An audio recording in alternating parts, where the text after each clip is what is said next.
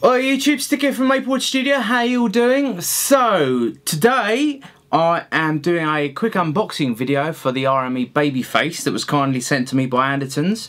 The reason I've got the Babyface is to do a A/B comparison against the Apogee Duet II, which they sent me a little while ago. So I've been hanging on to that, waiting to get hold of this. Never unboxed one of these before, so let's see what's in the box.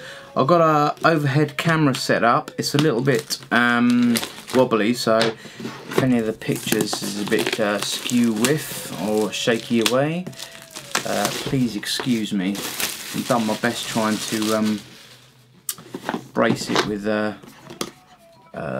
dumbbells and stuff like that. But anyway, so there's our main seal. Obviously I have to be careful because it comes, got to give it back. I'd say it's packaged nicely. Can't really see the reason of the cellophane when you've got a handle in the box, but you can't get to it because there's cellophane over it. Didn't really get that. But anyway, let's have a look what's inside, shall we? Shamole, shamole. By the way, if you want to check out my other video unboxing the Apogee Duet II, click here.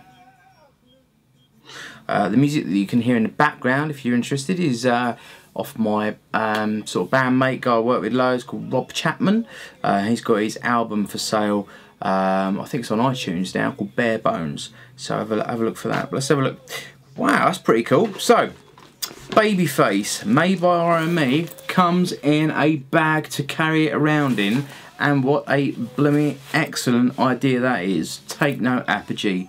You make a mobile bloody device, at least put something, you know, give you something you can carry it around in.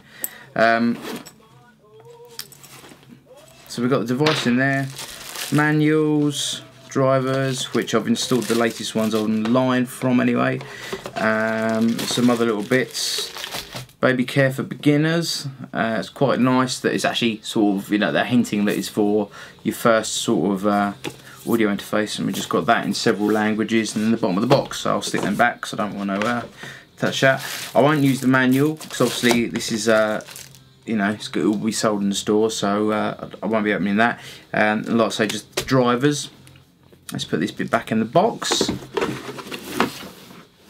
I must say, that's a pretty cool presentation, opening it, and you get everything in a little bag. So, in the bag, hope this is all coming out above. Let me move my blunted knife. We've got the device itself, the audio interface. We've got the breakout lead. They're in the main section. We've got a shoulder strap handle for the bag. Then over here we have another breakout lead. Oh, and it's extension for that one. And we have a USB cable. And that's it. Okay. What's interesting from the USB cable is it looks like it might have two ports on it to draw power from your USB bus to drive the device, so it might be worth bearing that in mind. But we'll see how it runs on the Mac. I haven't got a Windows-based laptop to try it on, so I can't try it there, I'm afraid. But back to the knife. God, I recorded this song with Rob, seems like years ago now. Right. Check that out. Must say, first impressions in the hand, quality. It's got a nice weight to it. It's a solid metal body. There's nothing flimsy there in any way at all. Well packaged. See how that jog wheel feels. Yep. I'm liking the action. Buttons, good and sturdy. Either my desk is unflat or they're a little bit uneven, either way. Yeah, love the look of it. That looks really cool. And we don't need the shoulder strap, we can put that back. I think that was presented really well in the box. It was quite nice. You get the feeling of quality when you're unboxing it, as you do with the Apogee Duet. Not knocking that at all. I've got to be careful because I'm a little bit RME biased, so I do like RME gear.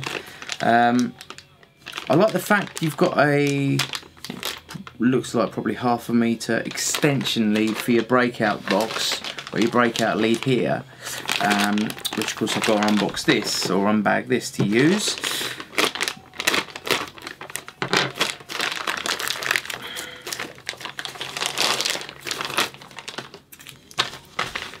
Put that over in the pile.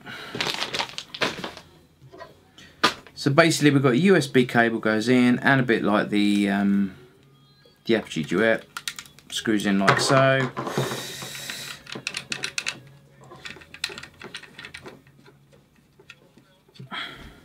And so on here we've got our breakout lead, and we've got everything nicely clearly labelled. MIDI out, MIDI in.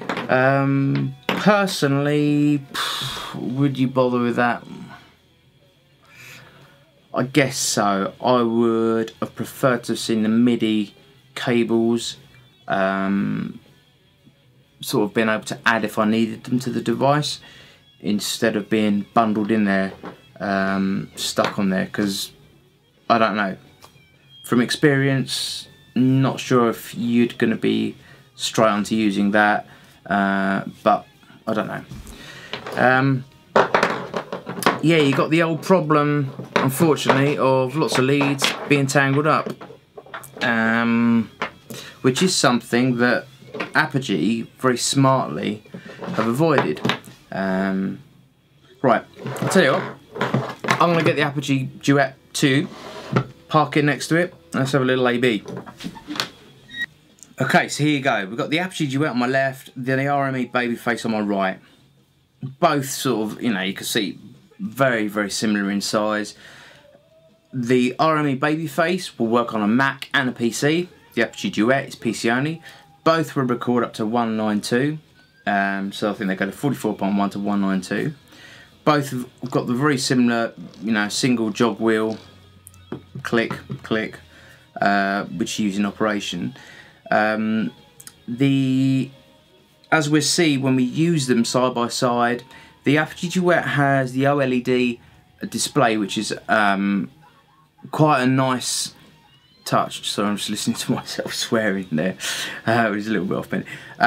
Quite a nice touch. You've got a lot of detail on the display for a very, very small display.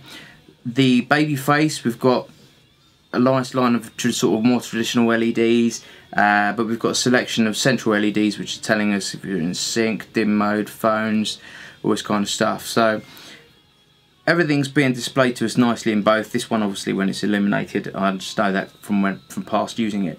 What Apogee have been smart with is their breakout lead.